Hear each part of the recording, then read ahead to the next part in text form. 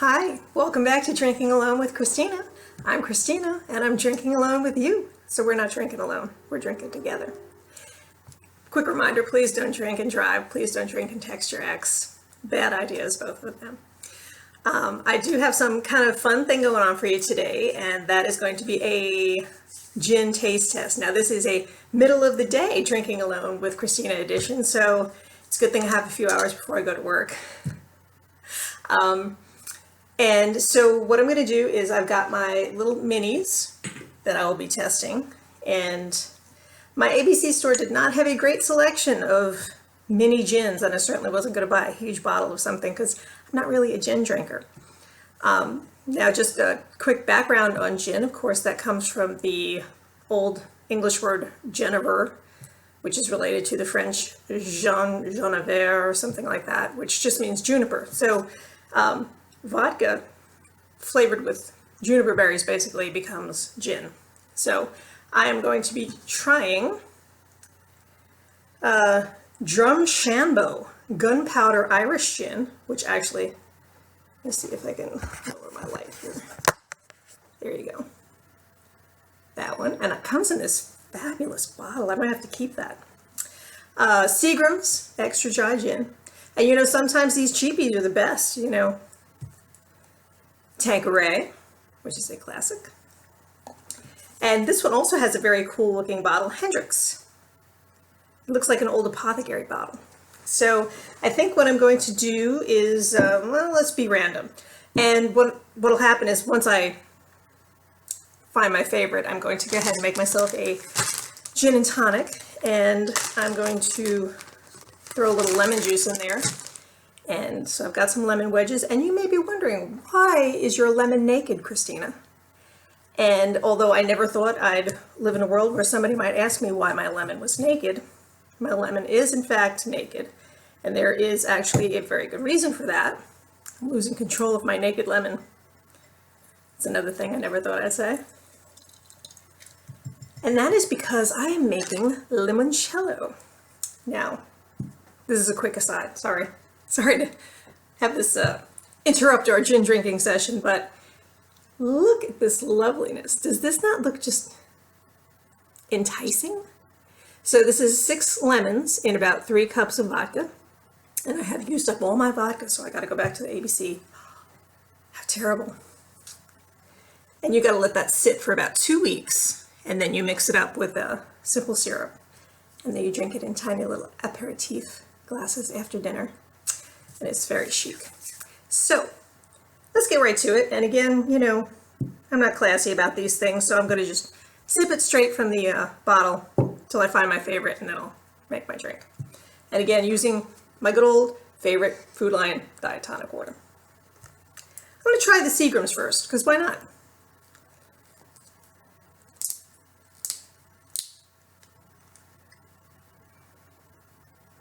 It smells juniper. It's herby.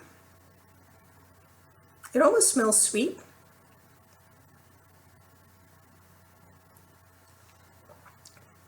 Oh, it's bitter.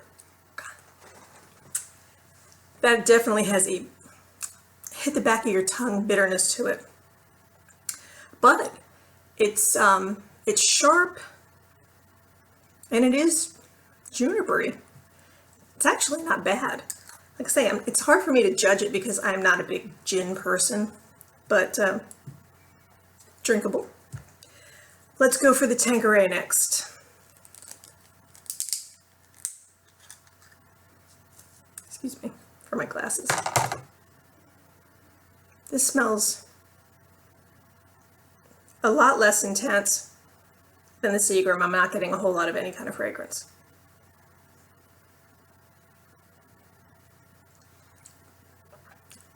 Oh my God. That is super, super bitter. Oh, I feel like somebody just smacked me in the face. Maybe if you really love gin or juniper, you would really, really love this. No. It was, I just like, it just like exploded in my whole head, like bitter gin flavor. It wasn't really pleasant. So Seagram's is way better than that, in my humble opinion. All right, gonna go for the Hendrick's now. Maybe the more fragrance it has, the less horrible it is. Well, that doesn't bode very well for this because I'm not getting anything. I feel like I'm drinking poison.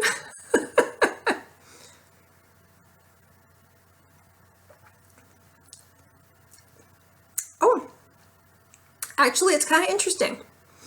It is bitter, but it's also very herbaceous, almost floral. It's not bad. At least it's got a pleasant flavor to it, not like that Tanqueray. All right, so let's give the old gunpowder Irish gin a go. I hope I'm not disappointed in this one because the bottle is pretty fantastic, and I know you can't judge a book by its cover, but sometimes you can. Oh, it smells. Yeah, see, the problem is I can't tell if I'm smelling lemon because I'm covered with lemon oil, or I'm getting that from this.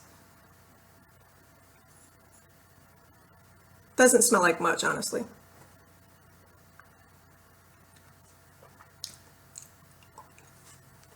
Oh my God.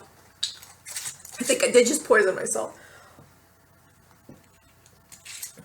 That just, oh, let me see if I could find words for that. I think I just drank gunpowder, okay?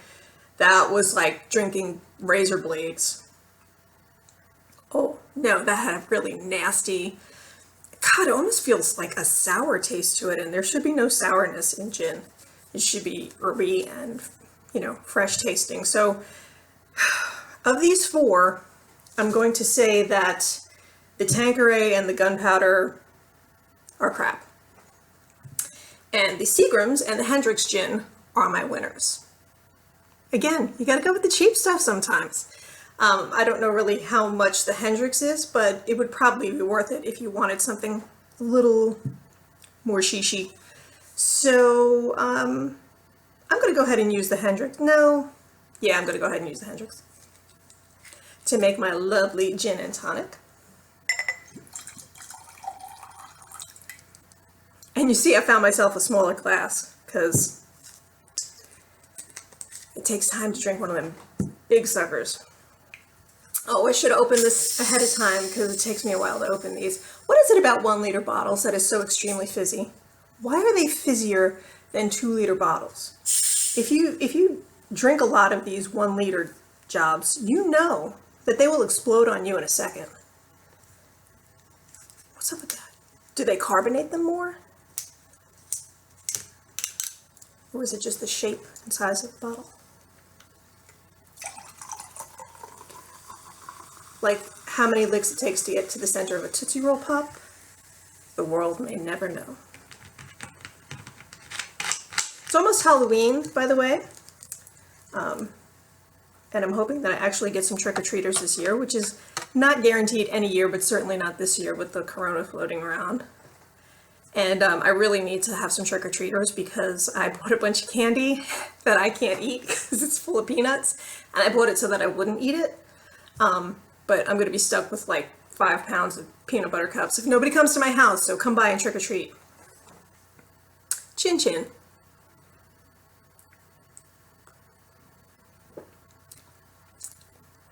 Oh, that's really nice. Oh, that's refreshing. Very clean. Very bright. Yeah, I understand now. I have had an epiphany. I understand the appeal of the gin and tonic now. I mean, God knows I love tonic water anyway, but, you know, I never thought to put gin really in it because I don't like gin by itself, whereas vodka is completely neutral and I love it. But I could totally, yeah, I could totally drink this.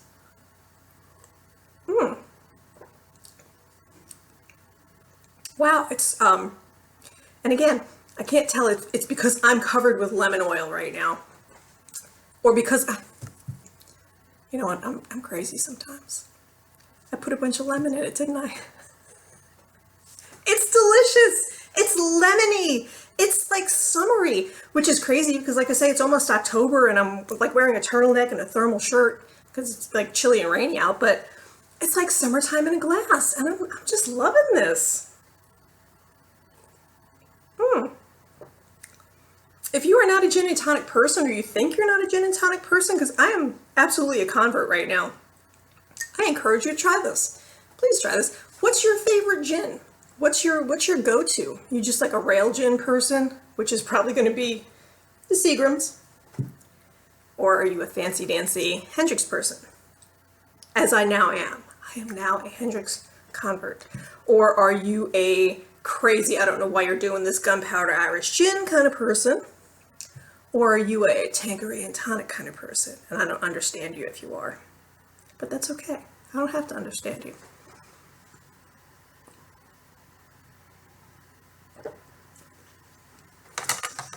Yeah, this is... Well, see, I'm doing my little happy drink dance. You know I'm having a good time when that happens.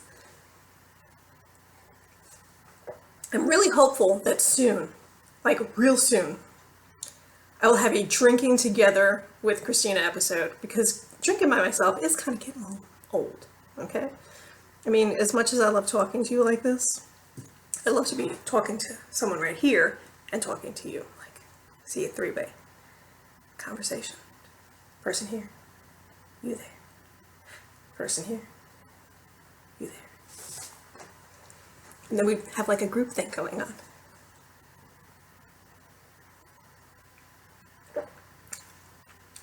This is like one of the best things I've drunk in a while. But again, I'm really excited about making this limoncello, and I've never made it before. I mean, it's not hard though. So if you want the recipe, again, it's you peel 6 lemons and clean them first, because you know they come from the grocery store with wax on and stuff. Clean them, peel them, only the actual yellow part. Don't put the pith in there, because you can see there's not a lot of white. It's just the yellow. And I probably bought a bigger jar than I really needed, but I figured once I get the simple syrup in there, I could still use this jar. And 750 milliliters of vodka of your choice. So you know I use Smirnoff. But I didn't have a 750 ml bottle, so I just measured out 3 cups. It's about equivalent. It's not an exact science. You'll be fine if it's a little off. And then once you let that soak for 2 weeks, and you probably want to shake it up every couple of days, and probably keep it in a cool, dark place. You don't want it to be exposed to the light necessarily. And then you make a simple syrup, which is of course like a cup of sugar and a cup of water. You mix it together, and then you have to keep it refrigerated. And you could freeze it actually. And I'm hoping that I may be able to give it for some Christmas presents, or Yule presents in my case.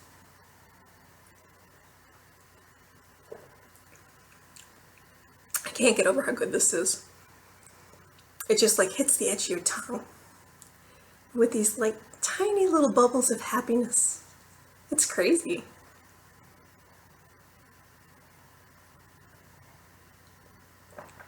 I'm gonna shoot it.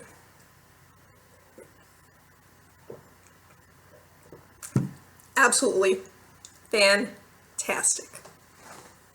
So, again, my pick, Hendrix Gin, the best. I hope you have enjoyed drinking along with me. I hope you have drunk a fabulous gin and tonic along with me. And I'd like you to go ahead and make yourself some of your own limoncello, so that when I get to that, you can drink that with me. See, I'm giving you a little heads up on what's going to happen in the future, but it's going to be a little while, because, you know, it's got to soak. But thank you again for joining me. And just kind of a heads up, I may be moving platforms soon. Like, I'm considering going over to Rumble. I don't know if any of you have ever even heard of Rumble, but it's kind of a YouTube rival platform that doesn't steal your data. Something to that effect. So we'll see. But for right now, I'm still on YouTube, obviously. And until then, take care of yourselves, and I will talk to you later.